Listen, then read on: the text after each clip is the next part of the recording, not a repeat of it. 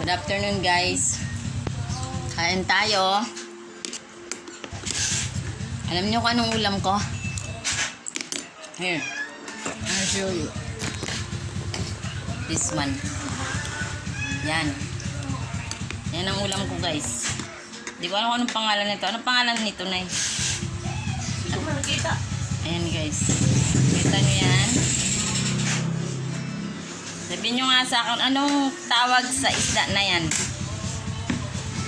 Kasi hindi ko rin alam to eh. Hindi ko kilalang isda to. Maitim yung balat niya. Na para siyang may linya-linya. Sunog. Ano? Sunog. Sunog daw. Sabi ni nanay. Maitim kasi yung balat. Tapos para siyang ano, na siya mga line-line. Yung pagkaitim. And this is my mother-in-law. The mother of my husband. My mother-in-law. Ayan. Ayan guys. Door ka na kaya guys. Dito kami kumakain. Ayan. Dito rin yung sala namin. Dito na rin. Ayan. Ayan yung upuan. Sala na namin to. Ayan. Dito kami kumakain. Ayan guys.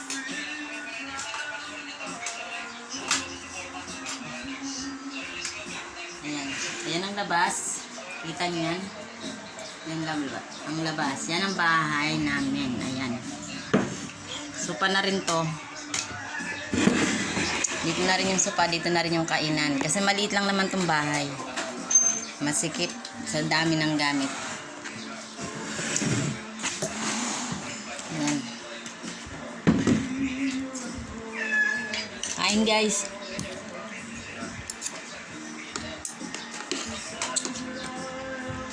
Nakita mo si Nean Oro? Maitim yung balat niya. Hindi ko alam kung anong tawag. Ito naman, ginawa kong mango juice. Ang ingredients nito, condensed milk, tsaka evaporated. Pwede rin yung ano, kung wala kayong evap, merong milk powder, di ba, na nabibili. Kahit anong brand. Yung mga tigti 10 pesos, yung nasa sachet or pouch na gatas. Yun. Yung milk powder, itimpla nyo sa isang tasang mainit na tubig. Yung milk powder para matunaw. Yun. Tapos yun, ihalo nyo dito. Di ba, meron na kayong mango juice. Tapos yung mango juice, binilender ko. Kasi nga para maano siya maging pino at maging juice. Para wala siyang buo-buo. Dito guys, nakagawa na ako ng mango juice. Masustansya pa dahil may gatas to. Okay? Instead bumili kayo ng mga soft drink sa tindahan, iwasan niyo yan guys, ha? Nakakasama yan sa ating katawan, ang soft drink. Lalo na kung hindi ka pa kumakain. Magkaka-ulcer ka nun, ha? Magkaka-acidic ka. Kasi may mga chemical ng soft drink. Ito, ligtas ka dito dahil ano to, wala naman itong mga preservatives. Okay, kung meron man konti. Okay guys, mango juice. Yan, lagay nyo sa ref para lumamig. Kung may ref kayo, o kaya bumili, kung wala naman kayong ref, bumili kayo ng yelo. Lagay nyo sa planggana or bowl na maliit. Tapos ito, iibabaw nyo sa yelo. Tapos takpan nyo ng towel o kaya kung ano man takip. Okay? Pwede rin sa kalderong malaki. Ayan, kung may kaldero kayo, ilagay nyo na yung yelo doon, tsaka ilagay nyo ito para malamig. Kung meron man kayong styrofoam, di meron na kayong mango juice. Diba guys, kung pinoproblema nyo yung refrigerator, ha? May nabibili naman ng yelo. Okay guys. Kaya ako gumagawa ako nito kasi umiiwas nga ako sa soft drink. Ayokong lagi akong uminom. Uminom naman ako ng soft drink guys, pero pag busog ako. Ayun. Pag nakakain ako ng kanin, uminom ako ng soft drink. Pero bihira ko ginagawa yun guys kasi bawal din sa akin yung soft drink. Eto, kaya gumagawa ako nito.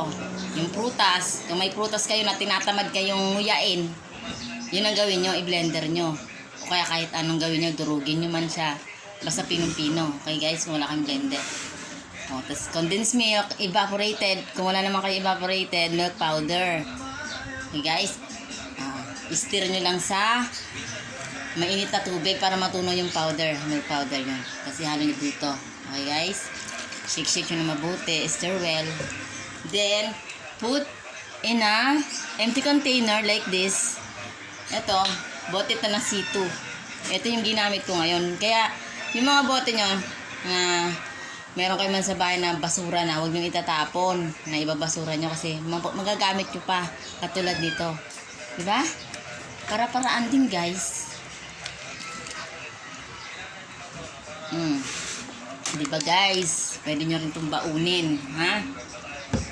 Saan kayo pumunta? Baunin nyo. Or pupunta kayo, mamamasyal kayo. Diba? Magpipiknik kayo. Diba? Bilhin lang kayo ng maliit na styrofoam. Lagyan nyo ng yelo. Alis yan! Then towel para hindi kaagad matunaw yung yelo. Nalagyan nyo yung Buisit ka, styrofoam. At yan, ilagay nyo na. At maglagay na rin kayo ng water. Mineral water. Balik pa yan dito.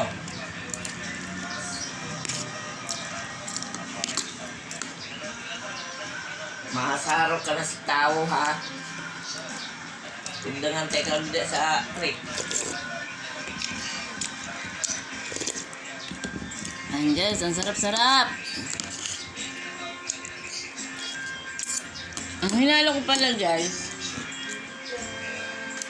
Ayan, kita nyo yan.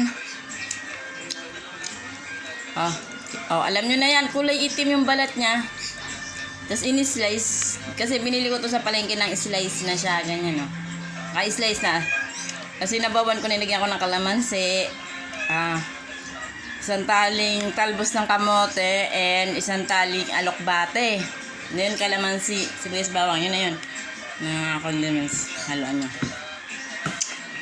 Yan. Di ba may masarap na sabaw na kayo? Para-paraan lang guys. Kung meron kayong tanim dyan na mga gulay-gulay sa iyong halamanan, hindi ka nagagastos ng malaki. Kung wala may mga tanim ka sa paso, pwede na yun. Magtanim-tanim kayo ng gulay kasi mahal na yung mga bilihin guys. Okay? Meron akong tanim dyan na alokbate sa next time pag nag-video tayo ulit. Nag-upload ako ng video. Papakita ko sa inyo yung tanim kong alokbate. Minsan dyan ako pumipitas pag wala akong nabiling gulay. At naubusan ako ng budget. Yan. Namimitas ako dyan sa paso. Yan, guys. Para tipid tips. Di ba, guys? Dahil mahal ng mga bilhin ngayon, no?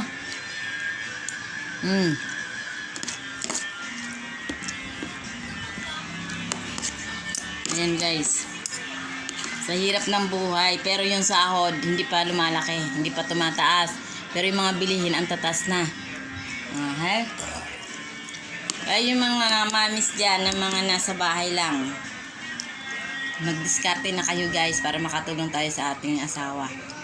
Okay guys, kahit nasa bahay lang ako guys, nagdidiskarte ako. Nag-online ako, nag-a-affiliate ako sa TikTok. Okay guys, tapos gumagawa rin ako ng Downy, tsaka yung mga fabric conditioner, tapos dishwashing, Joy dishwashing yung mga panghugas ng plato, yung mga Joy na sinasabi, dishwashing yun yun ginagawa ko yun, binibenta ko para pandagdag income. Guys, kahit nasa bahay lang tayo, kumikita tayo para makaawas-awas sa mga pandagdag ba sa mga gastusin sa bahay. Okay guys, siyempre kung gusto mo gusto kang bilhin, mabibili mo rin guys kasi meron kang income na pumapasok. Okay guys, and guys, para hindi tayo nakakabigat sa ating mister. Yun yung mga ko sa inyo, advice. Okay.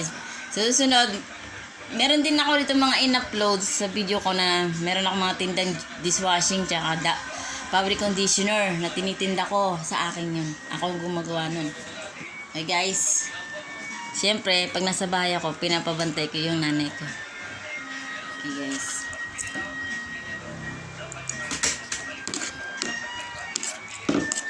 Tapos, siyempre, para hindi nasasayang yung kuryente nyo, dahil kung may rep man kayo sa bahay, yung magtinda-tinda kayo ng soft drink, tsaka ng yellow, ice candy. Yung para kahit pa paano makapandagdag o makaawas sa bayarin. Okay guys? Para hindi nasasayang ang inyong ginagastos. Maibalik kahit konti. Ayun guys, yung mga diskarte ng mga babae na nasa loob lang ng bahay. Okay guys, para walang masabi sa atin yung kasama natin sa bahay, lalo na yung ating husband. Okay guys, para hindi naman tayo sa kanya nakakahiya dahil nasa bahay lang tayo. Okay guys, hanggang dito na lang guys. Okay, sa next upload ko abangan nyo yung ginagawa kong dishwashing. Okay guys, diskarte. Okay guys, subscribe my vlog. Subscribe nyo Janet Vlogs and YouTube channel. Jejalo Vlogs TikTok. Jejalo Vlogs, Janet Rodriguez in Facebook. Okay guys? Okay guys, Ha? see you.